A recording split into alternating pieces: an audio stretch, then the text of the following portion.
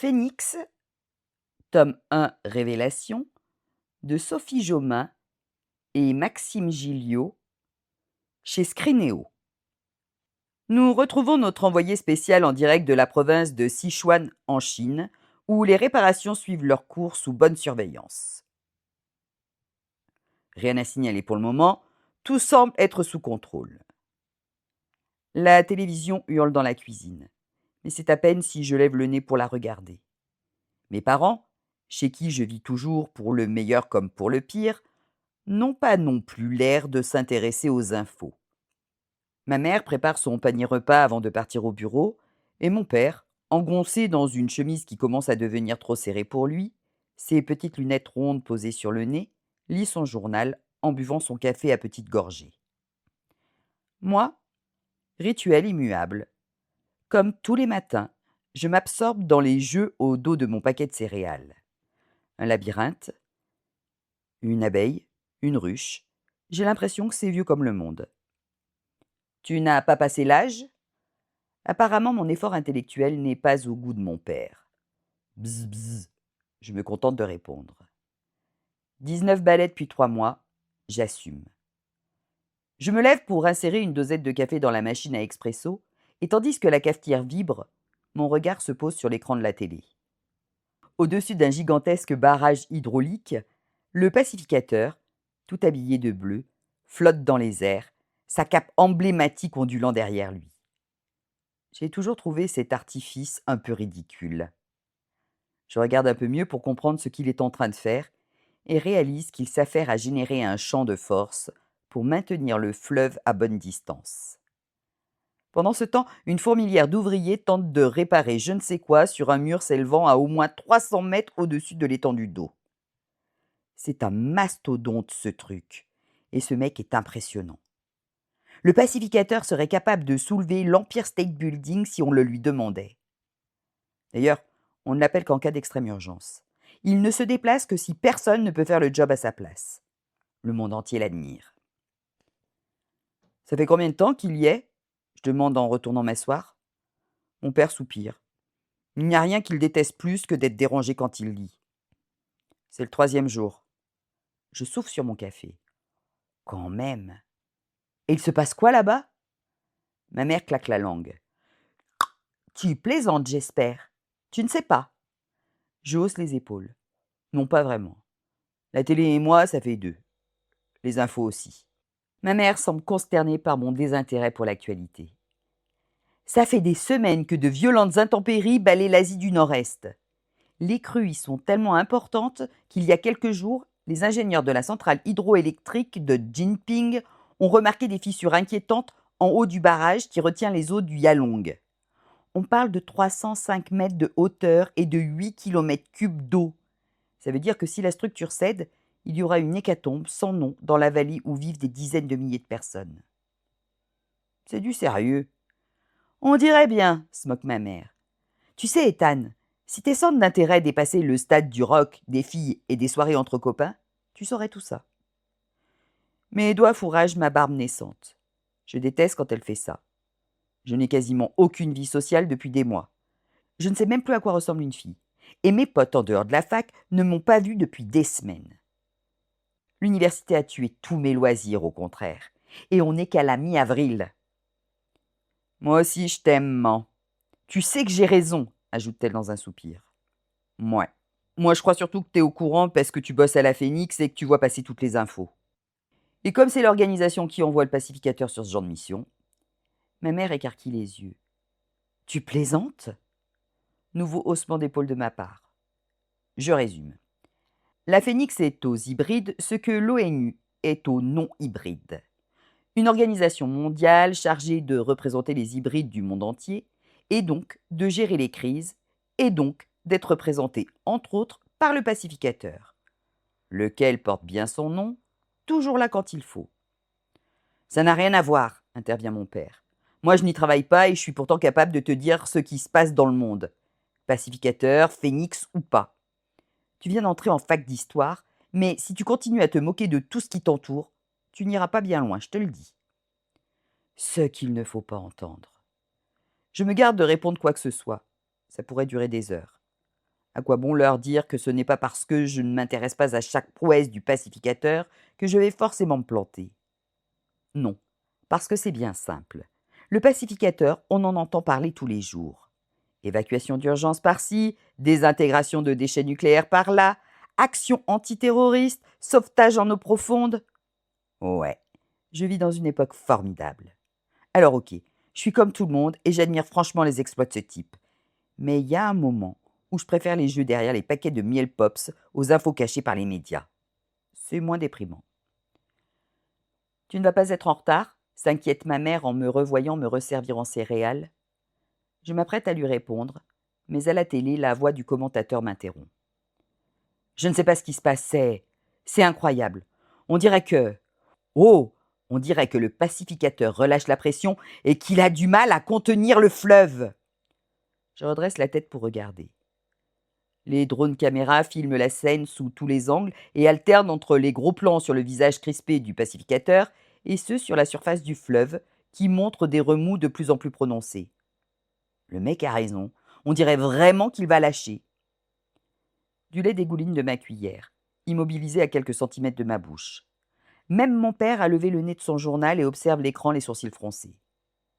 Ce qui se joue sous nos yeux est impensable. Le pacificateur ne faiblit jamais. Jamais. Mais d'un coup, il semble reprendre le contrôle et les eaux du fleuve retrouvent leur quiétude. Il a tellement forcé qu'un mince filet de sang lui coule du nez. Irréel. Le pacificateur cherche la caméra du regard et nous offre son sourire le plus rassurant, ainsi que son clin d'œil légendaire. Les centaines de Chinois aux abords qui ont assisté en direct au spectacle agitent de petits drapeaux rouges et jaunes. L'élu a encore tout réglé. Et pendant que la foule s'excite, les ouvriers se remettent au travail. Puis le présentateur envoie la pub. Aussitôt, mon père reprend sa lecture et ma mère la préparation de son déjeuner. Suis-je le seul à avoir percuté que quelque chose clochait?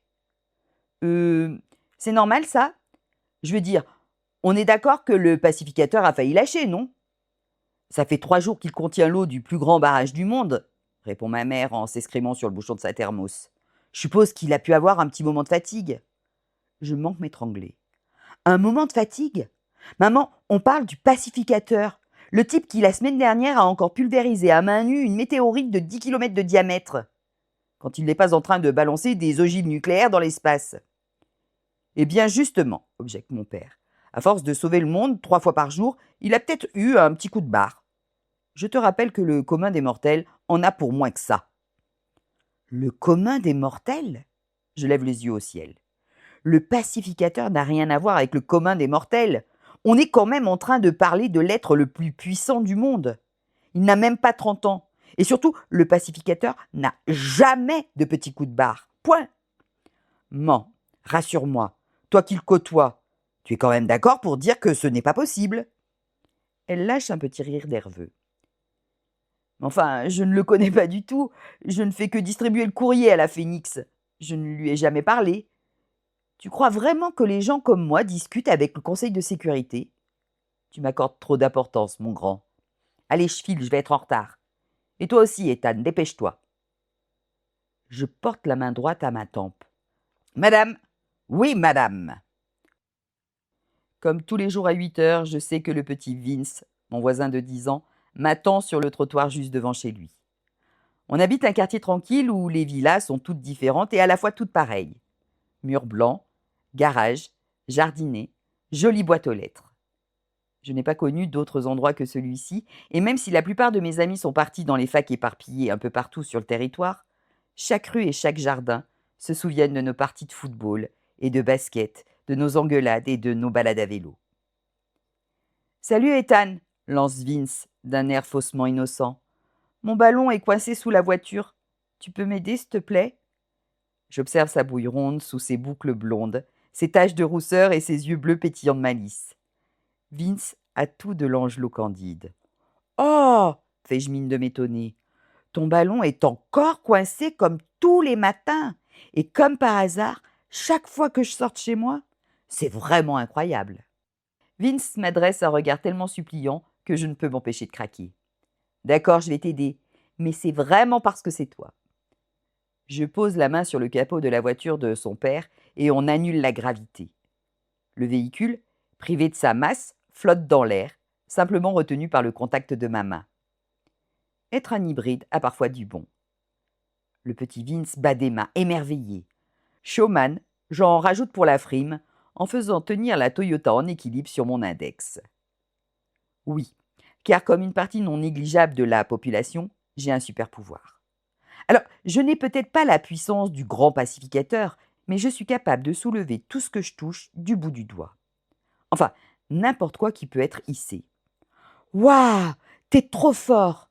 Et moi, un jour, je serai le pacificateur.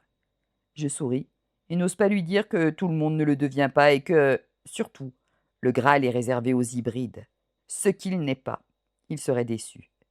Puis un coup de klaxon impérieux à l'entrée de la rue me rappelle à mes obligations. Vince, dépêche-toi de récupérer ton ballon. Le garçon se hâte, je repose la voiture dans un grincement d'amortisseur malmené, puis je pique un sprint vers le bus qui referme déjà ses portes. J'essaie de me faire discrète en entrant dans l'amphi par l'arrière, mais c'est sans compter sur la vigilance de madame Robin, ma prof d'histoire moderne.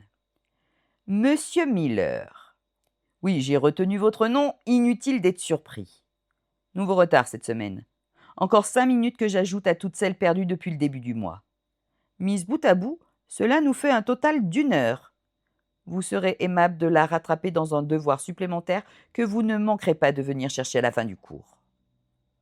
Je suis bien tentée de lui sortir une réplique dont j'ai le secret, mais cette prof a elle-même une répartie du tonnerre, et la perspective qu'elle double ma sanction m'incite à la retenue. Je grommelle donc une excuse et m'assieds à côté de mon pote Reggie, qui me jette un regard blasé. T'as de la mousse à raser sous le menton. Hein? Il pose l'index sur le sien pour me montrer. Je me frotte et me tourne vers lui. J'ai raté quoi? Les numéros gagnants du loto. Il me répond sans me regarder. Reggie, c'est pas l'étudiant modèle, mais ça le dépasse que je sois tout le temps à la bourre. Avant d'être interrompu par l'arrivée de M. Miller, reprend Madame Robin, j'évoquais le chapitre que nous allions entamer, lequel traite de l'un des épisodes les plus sombres de notre histoire, le génocide hybride et ses retentissements socio-économiques. Une chape s'abat aussitôt sur la salle. Aucune famille hybride n'a été épargnée par cette tragédie qui a eu lieu il y a presque 150 ans. Monsieur Miller, relance Madame Robin, puisque vous êtes parmi nous, pouvez-vous nous rappeler les grandes lignes de ce que fut le génocide hybride? Je me racle la gorge et tâche de rassembler mes connaissances. Eh bien, c'est lorsqu'en 1881, en pleine guerre franco-chinoise et crise économique mondiale, les non-hybrides ont voulu exterminer de la surface du globe toutes les personnes hybrides. Ça a duré 4 ans, jusqu'en 1885. En effet, et pour quelle raison? L'existence des hybrides a été officiellement reconnue vers le milieu du XIXe siècle. Les non-hybrides ont eu peur du nombre d'humains aux super-pouvoirs se révélant au fur et à mesure du recensement. Ils craignaient qu'ils se multiplient et qu'ils les supplantent ou les asservissent. C'était à une époque où la technologie n'était pas à son apogée et les non-hybrides étaient vite dépassés par la puissance des hybrides. Moi, je dis que c'est dommage qu'ils ne soient pas allés jusqu'au bout de leur projet en les exterminant tous. Un brouhaha de protestations indignées se fait aussitôt entendre, tandis que j'en reste bouche bée. Quel trou du cul, maugrait Reggie en se tournant vers Benjamin Leroy. Ce connard a de moins en moins de plomb dans la tronche en grandissant. Reggie est hybride, comme moi, c'est un pyromorphe. Il maîtrise le feu et ce genre de remarque lui donne carrément envie de tout cramer. Je tourne la tête vers le roi. Barbe naissante, chemise à carreaux ouverte sur un t-shirt déchiré, cheveux gras. Reggie et moi, on le connaît depuis le lycée. Il adore se la raconter, dire que sa famille est pure et qu'elle peut se vanter de n'avoir aucun hybride dans ses rangs. C'est le pire facho anti-hybride qu'il m'était donné de croiser. « Monsieur, puis-je avoir votre nom, s'il vous plaît ?» demande Madame Robin. « Benjamin Leroy, » répond-il avec fierté. « Bien, Monsieur Leroy, je vous rappelle que cette université comporte autant d'étudiants hybrides que de non-hybrides, et que l'apologie de crimes contre les communautés, quelles qu'elles soient, est passible d'une amende et d'une peine d'intérêt général. sans compter le renvoi définitif de l'établissement. Aussi, je ne saurais que trop vous conseiller de garder pour vous vos idées nauséabondes. Suis-je bien clair? Un rapport sera fait auprès du doyen. Le roi se renfrogne et se tasse sur sa chaise. Cette fois, je souris. Bien, l'incident étant clos, revenons au cours. Monsieur Miller, selon vous, les non-hybrides auraient eu peur du nombre croissant d'hybrides. Pourtant, est-ce que cet accroissement est scientifiquement prouvé? J'avoue ne pas y avoir réfléchi. Une main se lève avant que j'essaye de quand même trouver une bribe de réponse. Madame Robin donne la parole à une étudiante dont je n'aperçois que la queue de cheval brune quelques rangs devant moi. Mademoiselle? Oui, on pourrait imaginer que c'est le cas. Après la reconnaissance officielle de l'espèce hybride au milieu du XIXe siècle et leur droit de vivre comme n'importe quel citoyen, un immense recensement mondial a mis en avant une hausse constante du nombre de sujets hybrides d'année en année. Pour autant, tous les textes du patrimoine mondial de la littérature font état de créatures surnaturelles ou de personnages aux aptitudes surhumaines depuis l'Antiquité. On peut donc légitimement penser que les hybrides coexistent avec les non-hybrides depuis la nuit des temps, mais que les avancées sociales et technologiques de la fin du XIXe siècle ont permis de les révéler officiellement, au point de faire croire à l'explosion de leur nombre. Murmure dans la salle. C'est qui cette meuf? Je demande à Reggie. Il sourit en coin. Aucune idée, mais elle vient de te faire méchamment passer pour un con. Votre nom, mademoiselle? Demande madame Robin. Mina William. Bravo pour votre analyse, mademoiselle William. Vous avez parfaitement résumé la problématique. Comprendre comment l'utilisation des chiffres, associée à des années de tension et de crainte, a pu aboutir à une telle tragédie. Sortez vos tablettes et connectez-vous au cours en ligne numéro 7. Le cours magistral se termine à 10 heures. On remballe nos affaires et on quitte l'amphi. Sans rancune? On m'interpelle alors que Reggie et moi longeons un couloir en direction de la sortie. Je me retourne sur la fille du premier rang. Mina Williams, c'est ça? Elle hoche la tête. Bravo, tu as épaté la galerie. Ce n'était pas le but, mais si ça peut te donner envie de t'intéresser à ce qui est important.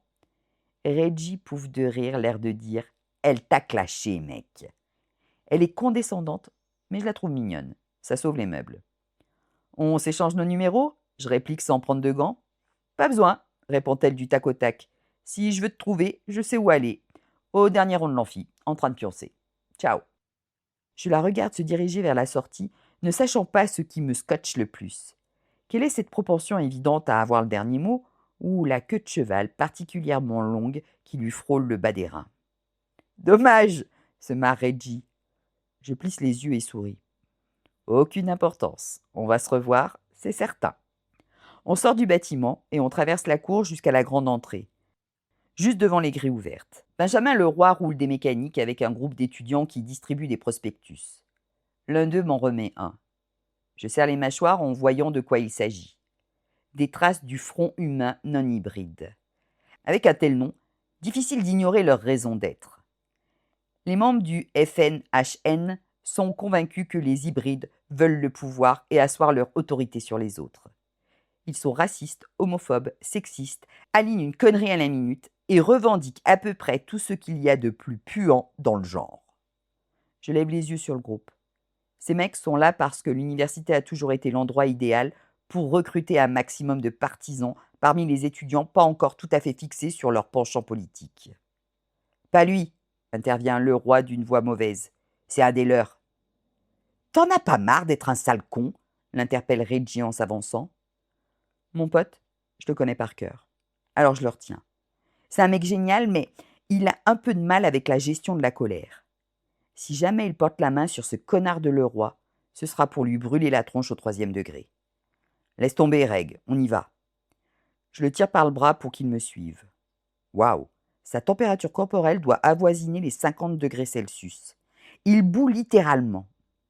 C'est ça, cassez-vous, bande de pédales, et essayez de ne pas vous reproduire entre vous. Reggie se dégage d'un coup sec et fonce tout droit vers le roi. Ce dernier est tellement surpris qu'il recule contre l'un des membres du front. Reggie a les mains rouges sang. Il est plus que prêt à faire taire le roi. Je reprends mon pote par l'épaule. Mec, laisse tomber. Tout le monde nous regarde, tu vas juste leur donner raison. Puis je me tourne vers le roi.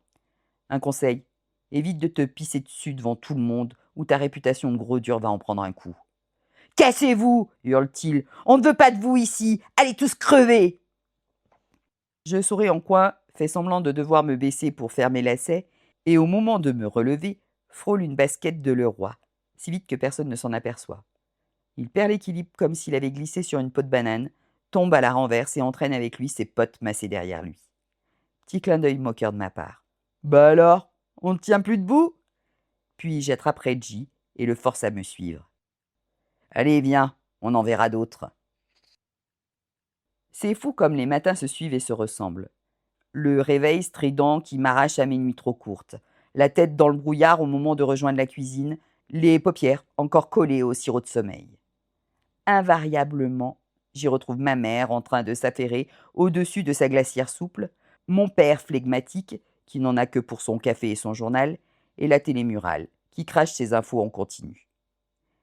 Si ma vie est d'une platitude absolue, celle du pacificateur fait les montagnes russes. En ce moment même, il est filmé en train de régler une délicate prise d'otage dans une école au Pays de Galles. Il n'y a pas à dire, même si je ne voudrais pas de sa vie, il y a quand même des jours où je préfère sa routine à la mienne. On voit que la phénix est dans les petits papiers de la presse, je grommelle en versant du lait sur mes céréales. Voilà autre chose, s'exclame ma mère. Pourquoi tu dis ça? Tu les entends parler de ce qui s'est passé hier sur le barrage en Chine? Du moment de faiblesse du pacificateur? Rien. Chi. Nada. Genre ça a échappé à tout le monde. Mon père s'amuse en voyant la mine outrée de ma mère. Ethan a raison. Les principaux groupes de presse sont quand même tous financés par la Phoenix. Ma mère ferme sa thermos et replace une mèche rebelle derrière son oreille. Oh, mais ils ne prêchent pas tous la bonne parole. Il y a bien des fois où la Phoenix est critiquée et vous le savez aussi bien que moi. Je m'esclaffe. Ouais, mais par la presse anti-hybride ou par les réseaux alternatifs. D'ailleurs, j'étais sur mon portable hier soir et je peux t'assurer qu'aucun média officiel n'a évoqué l'incident du Sichuan. En revanche, j'ai lu des centaines de commentaires et je suis content de voir que je n'étais pas le seul à m'en étonner. Ce que je ne raconte pas, ce sont les théories hallucinantes que j'ai lues.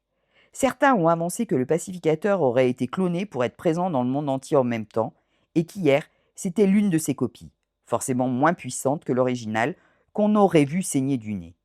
J'ai même trouvé un groupe affirmant que la faiblesse du pacificateur était due à son régime alimentaire à base de protéines animales et que seul le véganisme lui permettrait de retrouver sa toute-puissance. Les réseaux sociaux, dans ce qu'ils ont de pire. Si on ne trouve rien, c'est qu'il n'y a rien à dire, renchérit ma mère. En revanche, si tu ne te dépêches pas, tu vas être encore en retard. Tu veux que je te dépose? Me demande mon père en me regardant derrière ses grosses lunettes. J'ai rendez-vous très tôt avec un patient. Mon père est psychologue et son cabinet est à 2 pas de la fac. Je regarde l'heure. J'ai raté le premier bus et le deuxième va forcément me mettre à la bourre. Je suis dans le collimateur de la prof, alors j'accepte. Ok, dans 20 minutes devant la maison. Je me précipite dans la salle de bain, retire mon t-shirt, attrape ma brosse à dents en levant les yeux vers le miroir et suspends mon geste, les yeux grands ouverts. C'est quoi ça? Depuis quand ai-je autant de poils sur le torse? Jusqu'ici, j'en avais 2 qui se battaient en duel, et ce matin, je me découvre un début de toison brune du plus bel effet. D'un doigt hésitant, j'éprouve le soyeux de ma nouvelle pilosité, en dessous de laquelle je découvre des pectoraux parfaitement dessinés. Machinalement, je me tourne de profil, plie un bras et contracte le biceps. C'est quoi le délire? Hier, j'étais encore un grand maigre aux jambes trop longues, et ce matin, je frise le petit frère de Chris Hemsworth. Mon hygiène de vie, c'est sport en dilettante, chips, musique et jeux vidéo. Alors, je reste bouche bée devant la soudaine transformation de mon corps. Je sais que le miroir et moi, on n'est pas les meilleurs amis du monde et qu'on s'évite comme la peste, mais comment ai-je pu ne rien voir venir? Ça ne s'est quand même pas produit en l'espace d'une nuit, si? Mon doigt descend jusqu'à mes abdos, anormalement saillants, puis je sursaute quand la voix de mon père retentit du rez-de-chaussée. Ethan, on va être en retard. J'arrive tout de suite. Juste le temps d'essayer de digérer ce qui m'arrive. L'air de rien, j'écarte l'élastique de mon pantalon de pyjama pour regarder à l'intérieur, puis le relâche, les yeux écarquillés. Puis un sourire béat me traverse le visage. Je ne sais pas si c'est la meilleure journée de ma vie, mais ça en a tout l'air. J'attends mon père sur le trottoir pendant qu'il sort la voiture du garage, quand la voix aiguë du petit Vince m'interpelle. « Ethan ! Hé, Vince, ça va, mec ?» Il est sorti en trompe de chez lui, il est tout essoufflé. « J'ai cru que tu ne viendrais pas !» Du pouce, je lui montre mon père qui vient d'ouvrir la porte électrique du garage. « J'ai un chauffeur ce matin. »« Pour mon ballon, sous la voiture de mes parents. Tu peux m'aider quand même ?» Le klaxon intempestif de mon père m'invite à me dépêcher. « 1 minute !» je lui crie. Je me dirige vers la Toyota, lève la main au-dessus du capot, et à peine l'ai-je effleuré, que la voiture se propulse dans le ciel comme une fusée, nous renversant sur les fesses. Vince et moi. Waouh, waouh, waouh! Incrédule, mon regard passe de ma main à la voiture qui poursuit son ascension fulgurante. Bientôt, elle n'est plus qu'un point dans l'atmosphère, puis disparaît de notre champ de vision. Mais qu'est-ce que je viens de faire? Vince est blanc comme neige. « Mon père va nous tuer! Pourquoi t'as fait ça? » « Moi? Mais j'ai rien fait du tout. J'ai juste voulu annuler la gravité de la voiture comme je le fais tous les matins. Je ne comprends pas. »« Mais qu'est-ce que tu as fichu ?» s'écrie mon paternel en accourant. « Je n'en ai aucune idée, je l'ai à peine touché. » Mon père, non hybride de corps et d'esprit, contemple le ciel de son regard indéchiffrable. Bon, voyons le bon côté des choses. « Parce que tu trouves qu'il y en a un ?» je m'étrangle. Du point de vue de mon assureur et des parents de Vince, non, je ne pense pas. Mais je suis sûre que dans les motifs de retard que ta prof a entendus tout au long de sa carrière, personne ne lui a jamais dit « J'ai envoyé une Toyota Prius en orbite. » Je suis dans la sauce. « Hé mec, t'es encore là ?» Je me tourne vers la route. C'est mon pote Jack au volant de sa poubelle ambulante. Jack, c'est son vrai nom. On l'appelle Jack parce que c'est un gros bordel à lui tout seul.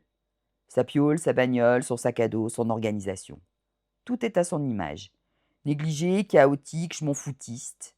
Il ne viendrait à l'idée de personne de mettre le nez dans ses affaires, au sens propre comme au sens figuré. Je viens d'être retardé par un petit accident. Rien de grave? J'en ai aucune idée. Je dois avoir une de ces mines. J'ai pas cours ce matin. Tu veux que je te dépose à la fac? Propose Jack. Je regarde mon père qui me fait signe de filer. Ouais, merci. Je contourne la caisse de Jack et juste au moment d'y entrer, on entend une porte claquer, suivie de la voix tonitruante du père de Vince. « Mais qu'est-ce que vous avez fait de ma voiture ?» Je grimpe en vitesse sur le siège passager. « Go, go !» J'ai beau être arrivé à l'heure à la fac, mon esprit, lui, n'y est pas. C'est le flou artistique total. Mon attention est aux abonnés absents. En vérité, je n'ose plus rien frôler et évite même de prendre des notes, alors que, pour être honnête, je ne me rappelle pas l'avoir touchée, cette voiture, tant c'était furtif. Tout ce que je peux dire avec certitude, c'est que ce que j'ai ressenti à ce moment précis était totalement inédit. C'était comme si mon corps tout entier avait été traversé par une vague d'énergie exceptionnelle. L'espace d'une seconde, je me suis sentie envahie par une puissance terrifiante. J'ai beau retourner la question dans tous les sens, je ne sais pas ce qui m'arrive et ça me laisse dans le désarroi le plus total. « Ça va pas ?» me demande Reggie qui voit bien que je ne suis pas comme d'habitude. Tant que je n'ai pas de réponse, je préfère mentir. Et puis de toute façon, comment pourrais-je lui expliquer ce qui m'arrive sans passer pour un dingue, ou bien qu'au moment même où je lui parle, les chuchotements autour de nous semblent se décupler et que je perçois chaque son avec une précision effrayante? Mal dormi. Reggie se marre. Les jeux vidéo, quoi. On va dire ça. Puis la fin du premier cours sonne, je m'arrête dans le couloir et on profite pour appeler mon père et prendre des nouvelles. Pour calmer la fureur de notre voisin, il fallait être psy ou être un négociateur hors pair. Mon paternel est les deux. Caresse dans le sens du poil, café bien serré, il y est arrivé et heureusement, parce que la prime d'assurance est monstrueuse. La case « véhicule envoyé dans la stratosphère » ne figure pas sur les formulaires de constat. Personne n'a encore trouvé de solution, mais au moins, le voisin n'a plus envie de m'arracher les yeux. Mon père a clôturé notre conversation par un très calme « On rediscutera de tout ça ce soir ». Nom d'un chien. Jamais je n'ai attendu avec autant d'impatience une de ces séances que je déteste d'habitude. Parce que si mon vieux semble prendre avec philosophie le fait que j'ai envoyé une bagnole dans l'espace, moi j'ai un besoin urgent de réponse. « C'est quoi cette histoire de voiture ?» me demande Reggie qui m'a entendu pendant que je parlais. « Rien, t'inquiète, je lui réponds en grimaçant. parce que le brouhaha ambiant est en train de me rendre fou. T'as vraiment pas l'air bien, mec. Et si tu me disais ce qui cloche? Mon cerveau est en surchauffe. Putain, je vais devenir dingue. Oh oh, attends, me retient Reggie quand il voit que je me casse. Faut que je te crame les miches pour te faire parler? Ok, mais on sort d'ici. Il me suit. Et pendant qu'on marche en direction de la zone boisée qui borde la fac et où personne ne va jamais, je finis par tout lui raconter. Ça t'est arrivé comme ça, s'étonne-t-il. Si je te le dis. Dans la clairière, je m'assieds sur une souche d'arbre et sors un sandwich de mon sac. Reggie me regarde bizarrement. Quoi? Je demande en avalant une grosse bouchée. La souche, là. T'es capable de la déraciner? Je hausse un sourcil. Pourquoi je ferais ça? Et en théorie, non, je n'arrive à soulever que ce qui est hypothétiquement mobile. T'es pas curieux? Vas-y. Si ton pouvoir a évolué, teste-toi. Je hausse les épaules, mais en vérité, j'ai toujours aimé les défis. Je me lève et, du pied, éprouve la stabilité de la souche. Les racines ont l'air profondes. En théorie, ça ne devrait pas bouger. J'avance une main hésitante, mes doigts effleurent l'écorce et rien ne bouge. Reggie est blasé. Quant à moi, je ne sais pas si je suis rassuré ou déçu de constater que tout est parfaitement normal. Mais mon pote ne lâche rien. Réessaie et concentre-toi. Fais pas comme si t'étais un paquet de chips. Ça me fait rire. Reggie et ses idées. Je joue le jeu, pose la main contre le bois et puise en moi toute la force mentale dont je suis capable. Dans un geyser de terre, la souche tout entière s'arrache du sol, expulsée comme un bouchon de champagne, et déjà, elle amorce son ascension fulgurante. Bordel de merde! Crie Reggie. Stop! Je hurle à la souche. Et aussi sec, le bois s'immobilise 50 mètres au-dessus du sol. Il flotte. C'est complètement dingue, je souffle. On reste de longues secondes sans bouger, la bouche ouverte. C'est hallucinant ce qui t'arrive. Je regarde autour de nous, personne ne m'a vu. Je flippe ou je saute partout parce que je suis devenu le roi du monde? Tu peux la faire redescendre? Aucune idée. Je me concentre sur la souche. L'énergie ressentie ce matin au moment d'expulser la Toyota coule une nouvelle fois dans mes veines. Poussé par je ne sais quelle force, au lieu d'essayer de la faire descendre, je plisse les yeux, imagine voir disparaître ce qui reste de l'arbre coupé, et pouf, le bois commence à se dématérialiser. Rectificatif. Il se désintègre et laisse place à une fine poussière dispersée par la brise. Sidéré, je recule et me passe une main dans les cheveux. Me voilà désormais capable d'envoyer à des milliers de kilomètres de distance les objets qui m'entourent, ou de les pulvériser. Qu'est-ce qui m'arrive? Bravo, c'était impressionnant. Reggie et moi, on se retourne en sursaut. Mina William se tient juste derrière nous. D'où tu sors? Je lui demande. Il n'y avait personne il y a encore 10 secondes. J'étais pas loin, répond-elle avec un petit sourire exaspérant. Ça t'embête de nous laisser, ton pote et moi? Qui ça? Moi? Demande bêtement Reggie. Elle hoche la tête. Et en quoi il te gêne? En réalité, c'est surtout lui qui risque de l'être. Je plisse les paupières. Tu te la joues mystérieuse. Je retourne à l'amphi de toute façon, conclut Reggie. J'ai un cours dans une demi-heure. Mec, tu m'appelles, ok? Je hoche la tête sans quitter Mina des yeux. Sa longue queue de cheval brune et sa peau laiteuse ne suffisent plus à détourner mon attention. Maintenant, passe à table. Elle vérifie que Reggie n'est plus là et me répond enfin. Je sais que tu es en train de changer. Je fronce les sourcils. Tu sembles bien informé. Tu pourrais peut-être développer. Tu deviens très puissant. La vérité de ce qu'elle avance me glace, parce que, contrairement à moi, elle a l'air de savoir précisément de quoi il retourne. On se connaît, toi et moi? Je veux dire, il y a un truc entre nous dont je ne me souviens pas? On a mangé la même chose au self et tu te trouves aussi dans ma situation? Non. Écoute, crache la pilule, parce que j'ai vraiment pas de temps à perdre avec ces conneries. Qu'est-ce que tu me veux? Mina sourit. J'aime les questions intelligentes. Dans ce cas, donne-moi une réponse à la hauteur. En me levant ce matin, j'ignorais que mon pouvoir avait évolué. Et toi, tu arrives la bouche en cœur en sous-entendant que tu es déjà au courant? Va falloir que tu m'expliques. Mina m'observe avec des yeux d'une profondeur insondable. Ils sont bleus, très bleus. Je me doute que tout ceci est perturbant. Nous te devons des explications. Il y a quelques secondes de battement, puis je vois rouge d'un coup. Nous? Oh mais qu'est-ce que tu me fais là?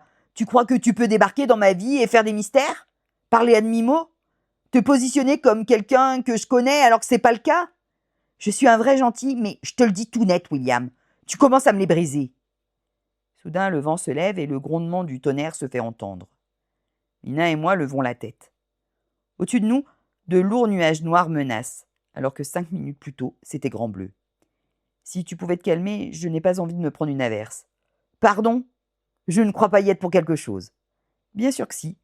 Ton pouvoir sur les molécules est de toute évidence sensible à ton humeur. Ça non plus, ça ne t'était jamais arrivé?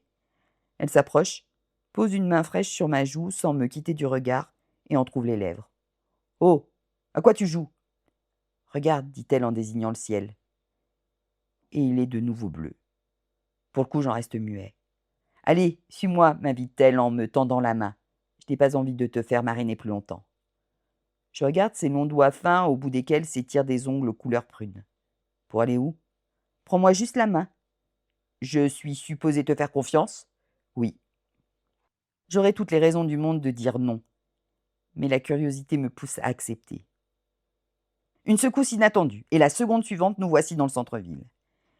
Mina William est télétransporteuse. Quant au gigantesque bâtiment devant lequel elle nous a fait apparaître, tout le monde sur la planète le connaît. Ma mère, plus que d'autres. Viens, dit-elle en entrant dans les locaux du siège de la Phénix. Et à partir de maintenant, ouvre grand tes oreilles.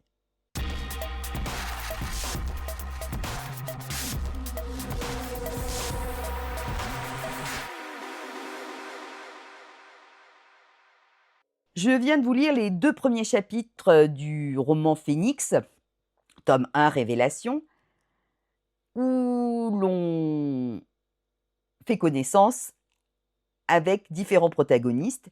Ethan, qui sera le héros de cette histoire, les 2 copains de Ethan, Jerk et Reggie, qui l'accompagneront, tels Sam Gadji et Mary Brandebook dans Le Seigneur des Anneaux.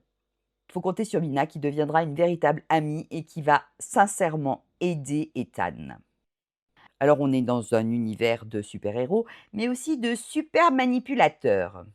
Phénix, c'est exactement le genre de roman qui rappelle que le pouvoir n'est jamais innocent. Donc vous avez le pacificateur qui a tous les pouvoirs du monde. Ici, donc dans ce roman, il suffit qu'on confie un peu d'autorité à ceux qui s'en croient dignes pour qu'ils se sentent prêts à façonner le monde selon leurs propres règles. Donc les 2 auteurisses, Jomain et Gilliot, construisent un univers où la domination se cache derrière des mythes, des symboles et des récits soigneusement entretenus. Alors, ce roman va démonter avec précision un système persuadé d'être indéboulonnable. On y retrouve des échos très actuels, dirigeants incapables de lâcher prise, égos surdimensionnés, contrôle de l'information, peur de l'autre. Rien n'est appuyé lourdement, mais tout résonne. Alors, le pacificateur n'est plus qu'un mythe, c'est une figure héroïque censée garantir paix et stabilité. Il est fascinant. Il interroge la façon dont une société choisit ses modèles, ses sauveurs, et surtout ceux qu'elle décide de laisser dans l'ombre. Le roman montre à quel point un pouvoir peut se construire sur une histoire qu'on raconte et qu'on répète jusqu'à la croire. Alors les proches d'Ethan, en particulier ses parents, incarnent une résistance discrète mais déterminante. Leurs liens, leurs contradictions et la manière dont certains découvrent peu à peu les failles d'un système qu'ils pensaient juste.